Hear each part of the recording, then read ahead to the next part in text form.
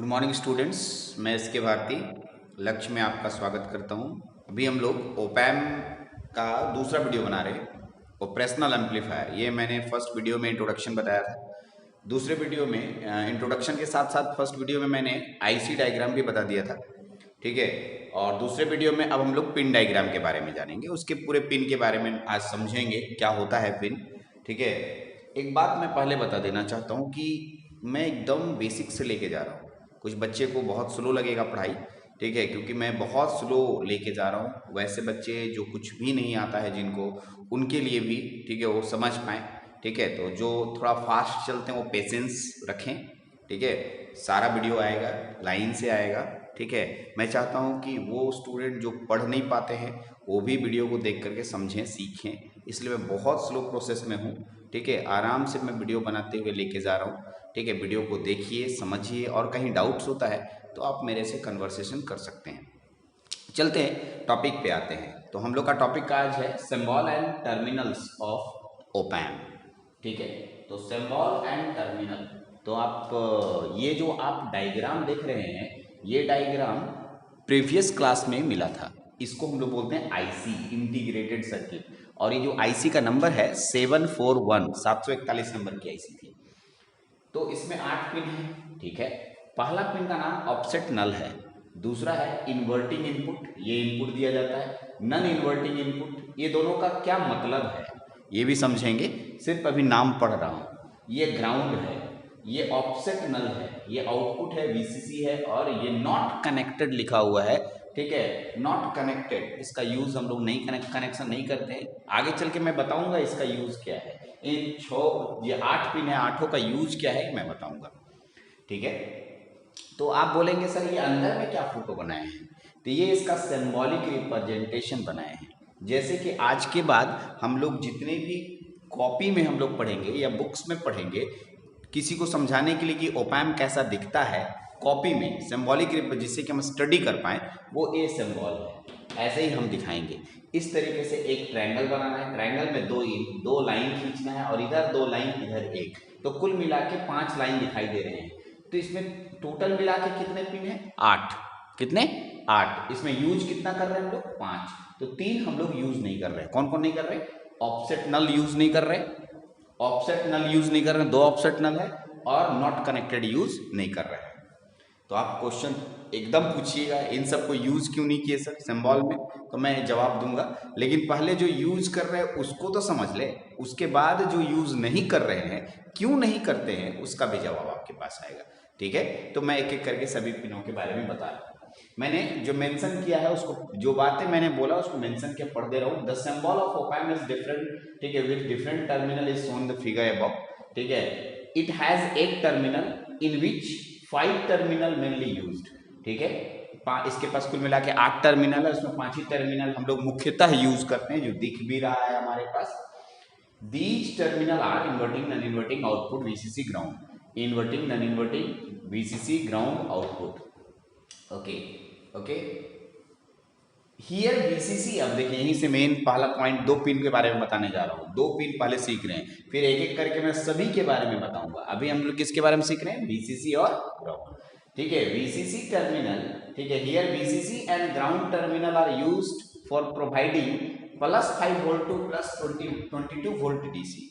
मतलब इसके अंदर, ये जो आईसी है इसके अंदर, ठीक है, बहुत सारे ट्रांजिस्टर्स लगे रहते हैं, करेक्ट। इनको ऑपरेट करना है। इसके अंदर इंटीग्रेटर सर्किट है, इसके अंदर डिफरेंशिएटर सर्किट है, इसी के अंदर एडर सर्किट है। आपको मालूम होगा कि ये सारा काम करता है, हम लोग डेफिनेशन में पढ़े हैं। तो वो सारा काम करने के लिए अंदर में ट्रांजिस्टर्स लगा होगा, ओके। अब उस ट्रांजिस्टर्स को ऑपरेट करने के लिए आपको सप्लाई चाहिए, ठीक है, ओके। बैटरी, डीसी वोल्टेज चाहिए। तो डीसी वोल्टेज कितना से कितना दिया जाता है? +5 वोल्ट से लेकर 22 वोल्ट तक हम लोग यूज करते हैं, ठीक है। ये डिफरेंट कंडीशंस के अकॉर्डिंग वैल्यू चेंज होता है, ठीक है। मुख्यतः 5 वोल्ट का आईसी बाजार में अवेलेबल है, हम लोग 5 वोल्ट ज़्यादातर यूज करते हैं, लेकिन 22 वोल्ट, 15 वोल्ट, 12 वोल्ट ये भी हम लोग यूज करते देखे हैं या यूज होता है, ओके। अब आइए, वीसीसी टर्मिनल इज कनेक्टेड, ये देखिए इसमें तो हो गया वीसीसी टर्मिनल। ये जो वीसीसी टर्मिनल है इसको मैं वीसीसी बोलता हूँ, प्लस वीसीसी, ये कनेक्टेड किससे होता है? बैटरी के प्लस टर्मिनल से। और जो ग्राउंड टर्मिनल है इसको ग्राउंड बोलते हैं आप लोग, ठीक है। ये ग्राउंड टर्मिनल किससे कनेक्टेड होता है? माइनस टर्मिनल से। और यहाँ जो सप्लाई होना चाहिए कितना से कितना तक? 5 वोल्ट से 22 वोल्ट तक होना चाहिए। तो अभी मैंने कितने 2 पिन के बारे में बताया, वीसीसी और ग्राउंड। आज के बाद आपको याद होना चाहिए कि वीसीसी और ग्राउंड इसमें supply energy, DC supply energy देने के लिए यूज किया जाता है। चलते हैं अगला पिन पे आते हैं। हम लोग अगले पिन इन्वर्टिंग और नॉन इन्वर्टिंग को सीखेंगे, ठीक है। इस पिन के बारे में बताने की जरूरत नहीं है, क्यों? क्योंकि सर इनपुट लेगा, अंदर में ऑपरेशन करेगा तो आउटपुट देगा, यानी ये इनपुट हुआ या आउटपुट हुआ, यहाँ जो भी मिलेगा, क्योंकि ये ऑपरेशनल एम्पलीफायर है तो ऑपरेशन करेगा और एम्पलीफाई करते हुए आउटपुट देगा। यानी यहाँ पर जो आउटपुट मिलेगा वो एम्पलीफाइड आउटपुट मिलेगा। करेक्ट? कैसा आउटपुट मिलेगा? Amplified output. तो वो आउटपुट देने के लिए यहाँ पर आउटपुट सिग्नल मिलेगा, लेकिन कैसा मिलेगा? लेकिन इसमें 2 क्वेश्चन और आया। Sir what is inverting, what is the meaning of inverting and what is the meaning of non inverting? इसका नाम ऐसा क्यों रखा गया? और इसमें सिंबॉलिक दिखाया गया माइनस और प्लस। तो मैं एक एक करके इसको और इसको समझाने की कोशिश कर रहा हूँ, आप देखिए समझिए, ठीक है। पहले इसको आप नोट डाउन कर लीजिए एज ए नोट्स कॉपी में, ये बहुत काम का चीज़ है, ठीक है। नोट्स कॉपी में नोट डाउन कीजिएगा, बहुत काम आएगा। चलिए आगे बढ़ते हैं। तो अभी हम लोग दूसरा टर्मिनल देखने जा रहे हैं, उसका नाम है इन्वर्टिंग टर्मिनल। कौन सा टर्मिनल? इन्वर्टिंग। तो मैंने मेंशन कर दिया, the input terminal marked with negative sign. देखिए नेगेटिव साइन यहाँ पर है, नेगेटिव साइन से मार्क होगा, उसको हम लोग इन्वर्टिंग टर्मिनल कहते हैं। नाम याद हो गया, इन्वर्टिंग टर्मिनल। अब इन्वर्टिंग टर्मिनल में क्या होता है? तो देखिए ये मेरे पास ओपैम है, यहाँ पर मैंने इन्वर्टिंग टर्मिनल दिया, सॉरी सिग्नल दिया। किसी भी तरह का सिग्नल आप दे सकते हैं, साइनसॉइडल दे सकते हैं, ट्रायंगुलर दे सकते हैं, स्क्वायर वेव दे सकते हैं, कोई भी तरह का सिग्नल। हमारे घर में साइनसॉइडल आता है तो हम साइनसॉइडल सिग्नल दिए इसमें, करेक्ट, ठीक है। जब हम देंगे तो अंदर में ऑपरेट होगा, ऑपरेट होने के बाद हमें आउटपुट जो मिलेगा वो इसका जस्ट अपोजिट मिलेगा, ठीक है। देखिए ऊपर वाला पोर्शन नीचे हो जाएगा, नीचे वाला पोर्शन ऊपर हो जाएगा, करेक्ट। तो सर ऐसे कैसे बोलेंगे? ऐसे बोलना ठीक नहीं होगा। इसको एक लाइन से बोलते हैं 180 डिग्री आउट ऑफ फेज। क्या बोलेंगे? 180 डिग्री आउट ऑफ फेज, इसका नाम हुआ। अब अगला क्वेश्चन उठता है, सर ये छोटा है ये बड़ा है? एकदम करेक्ट, सही देख रहे हैं आप, एग्जैक्टली। ये क्योंकि एम्पलीफायर भी है तो ये सिग्नल को एम्पलीफाई करता है, 2 गुना, 5 गुना, 100 गुना। तो मैंने आपके शुरुआती लेक्चर में, फर्स्ट लेक्चर बताया है, इसका गेन बहुत ज़्यादा होता है, 2 × 10⁵ इसका गेन मैंने बताया। उतना तक ये सिग्नल को एम्पलीफाई करने की क्षमता रखता है। तो आप देख रहे हैं कि माइनस टर्मिनल में अगर सिग्नल गया और उस समय प्लस को ग्राउंड रखना है, ध्यान रखना है, प्लस को आप ग्राउंड रखिएगा, माइनस में सिग्नल दीजिएगा, यह सिग्नल अंदर जाएगा, ऑपरेट होगा और सिग्नल उल्टा मिलेगा हमें, ठीक है। तो इसको आगे चल के और हम लोग समझेंगे। फिलहाल हम लोग माइनस टर्मिनल को समझ रहे हैं कि what is the meaning of inverting. Invert मतलब उल्टा कर देना, ये इन्वर्टिंग टर्मिनल का मतलब हुआ, ठीक है। एक और टर्मिनल हमारे पास है नॉन इन्वर्टिंग टर्मिनल। इसका मतलब क्या होता है इसको समझते हैं। पहले इसको आप नोट डाउन कर लीजिए, फिर आगे के टर्मिनल के बारे में बात करेंगे। अब आइए अगला टर्मिनल पे बात करते हैं। अगला terminal non inverting terminal. Non inverting terminal को हम लोग क्या से डिनोट करते हैं? प्लस से, ठीक है।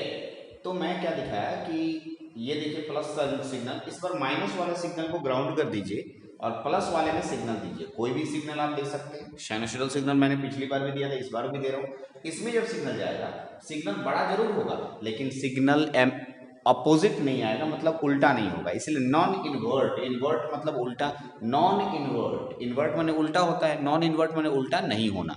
मतलब इसमें सिग्नल जैसा मैंने दिया वैसे ही मेरे को प्राप्त होगा। लेकिन इसी को लिखते हैं 0 डिग्री फेज शिफ्ट, इसमें कोई फेज शिफ्टिंग नहीं हुआ। फेज शिफ्ट किसे कहते हैं? तो आपका सिग्नल अपोजिट हो रहा है, 90 डिग्री, 180 डिग्री, 270 डिग्री, कितना डिग्री पर फेज शिफ्टिंग हो रहा है वो आप देखते हैं, ठीक है। इसके पहले वाले में 180 डिग्री आउट ऑफ फेज था, ठीक, आउट ऑफ फेज का मतलब अपोजिट हो जा रहा था। इसमें कोई अपोजिट नहीं हो रहा है, जैसा आपने दिया सिर्फ उसका बड़ा रूप दिख रहा है, एम्पलीफाइड आउटपुट दिख रहा है। तो इसी को हम लोग कहते हैं, ठीक है। तो ये आप एक एक करके सभी पिन के बारे में जानिए। जो 5 पिन मेरे को यूज हो रहा है वो 5 पिन के बारे में हम लोगों ने देखा, ठीक है। अब इसमें बहुत सारे छोटे छोटे क्वेश्चन, क्या मैं दोनों में इनपुट दे सकता हूँ? तो यस, दोनों में इनपुट दे सकता हूँ। जैसे मैंने आपको बताया ना, इसमें इनपुट दिए तो ये ग्राउंड कर दिए, फिर इसमें इनपुट दिए तो ये ग्राउंड कर दिए, तो क्या दोनों में साथ साथ इनपुट दे सकता हूँ? तो हाँ, दे सकते हैं। ठीक है, तो उसको कैसे समझेंगे सर? तो अब हम लोग ये तो इसके पिन के बारे में समझे, अब हम लोग जा रहे हैं कि इसके अंदर के डायग्राम कैसे दिखते हैं उसको समझते हैं, यानी इंटरनल डायग्राम ऑफ, अंदर के डायग्राम का इक्विवेलेंट सर्किट बनाएंगे। पूरा डायग्राम समझाना मुश्किल है, 23-24 ट्रांजिस्टर्स होते हैं, पॉसिबल नहीं है कि उतने ट्रांजिस्टर को बनाना, लेकिन उनका इक्विवेलेंट साइंटिस्ट लोगों ने इक्विवेलेंट सर्किट बनाया। ठीक है, आप थेवेनिन का नाम सुने होंगे। थेवेनिन क्या करता है, बहुत बड़े कॉम्प्लिकेटेड सर्किट को एक आरटीएच वीटीएच में कन्वर्ट कर देता है। वैसे ही इसमें थेवेनिन के द्वारा यूज किया जाएगा और अंदर के पूरे सर्किट को, ठीक है, इक्विवेलेंट सर्किट में कन्वर्ट कर दिया जाएगा। और वही मेरा अगला टॉपिक है, यानी इस पूरे सर्किट का, पूरे ट्रांजिस्टर के अंदर के सर्किट का इक्विवेलेंट सर्किट हम बनाएंगे, जिसे हम लोग equivalent circuit of op amp भी बोलेंगे। चलिए इसको नोट डाउन कीजिए, फिर आगे बताते हैं। आगे बढ़ते हैं तो हम लोग इसके equivalent circuit of op amp पे पहुंचेंगे। Equivalent circuit of op amp हम लोग ऐसा होता है, अभी आपको मैंने बताया है, दिखाया, मैं बना के दिखा रहा हूँ कि यही है equivalent circuit of op amp. ठीक है, तो इसमें बहुत सारे क्वेश्चंस आ रहे हैं। पहला क्वेश्चन ये आ रहा है कि सर ऐसा सर्किट बना कैसे? ठीक, ओके, ठीक है, तो इसको समझाने की कोशिश करता हूँ। मैंने अभी थोड़ी देर पहले बताया कि इसके अंदर ढेर सारे ट्रांजिस्टर्स होते हैं, करेक्ट? तो उन ट्रांजिस्टर के सर्किट को थेवेनिन थ्योरम के द्वारा सॉल्व किया गया और इस तरह का सर्किट डिजाइन किया गया, R0 AB VD RI, correct? तो मैं एक एक करके, ये तो सर नहीं अभी लोग प्रोसेस जानते हैं कि थेवेनिन से ऐसा कैसे आया, ये हम लोगों का लेवल अभी नहीं है। ठीक है, हम लोग और हायर क्लासेस जाएंगे, जैसे जैसे ऊपर बढ़िएगा और रिसर्च आपको मिलेगा।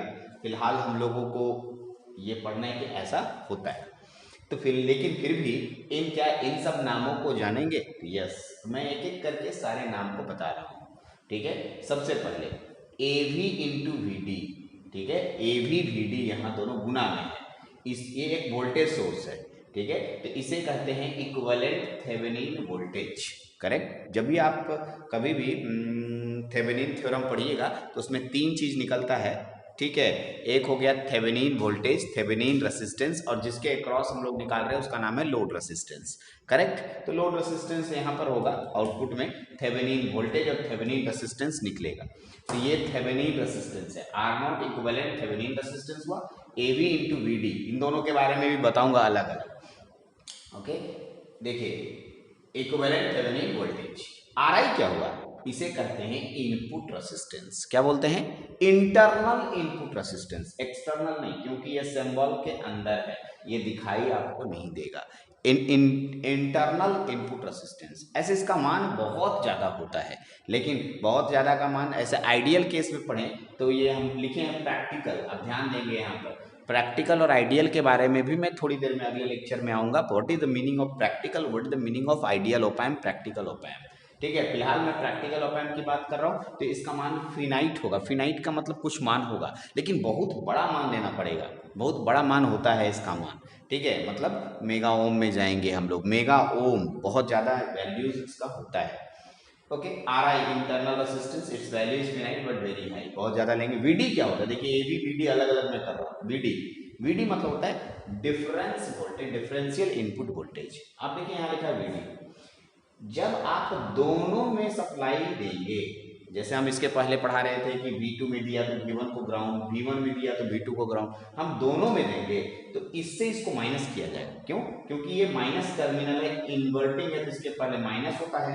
आप देख लीजिए यहाँ माइनस साइन होता है और यहाँ पर प्लस का साइन होता है, तो V1 में से V2 घट जाएगा, V1 माइनस V2, इसे कहते हैं डिफरेंशियल इनपुट वोल्टेज। कभी भी दोनों में दिया रहे तो प्लस वाले से माइनस वाले को माइनस कर देना है। AB क्या होता है? वोल्टेज गेन कहते हैं। A मतलब गेन, B माने वोल्टेज, बहुत बार आ चुका है आप लोगों के पास। इसे ओपन लूप वोल्टेज गेन। तो इसमें एक और शब्द है सर, ओपन लूप। तो क्या और एक लूप होता है? क्लोज लूप भी होता है। तो हाँ, क्लोज लूप भी होता है। तो क्लोज लूप गेन भी हम लोग पढ़ेंगे अगले लेक्चर में। अभी हम लोग सीधा इसमें कहीं लूप नहीं बनाए हैं, यहाँ से यहाँ एक फीडबैक रेसिस्टेंस लेंगे तो क्लोज लूप बनेगा, तो क्लोज लूप गेन भी जानेंगे। तो हम लोगों ने देखा कि ये इक्विवेलेंट सर्किट है, इसमें कुछ टर्म आए, अगर आगे चल के ये सब टर्म आए तो आप अननोन नहीं रहेंगे, इसलिए मैंने बताया कि इसे ऑप एम्प का इक्विवेलेंट सर्किट कहते हैं।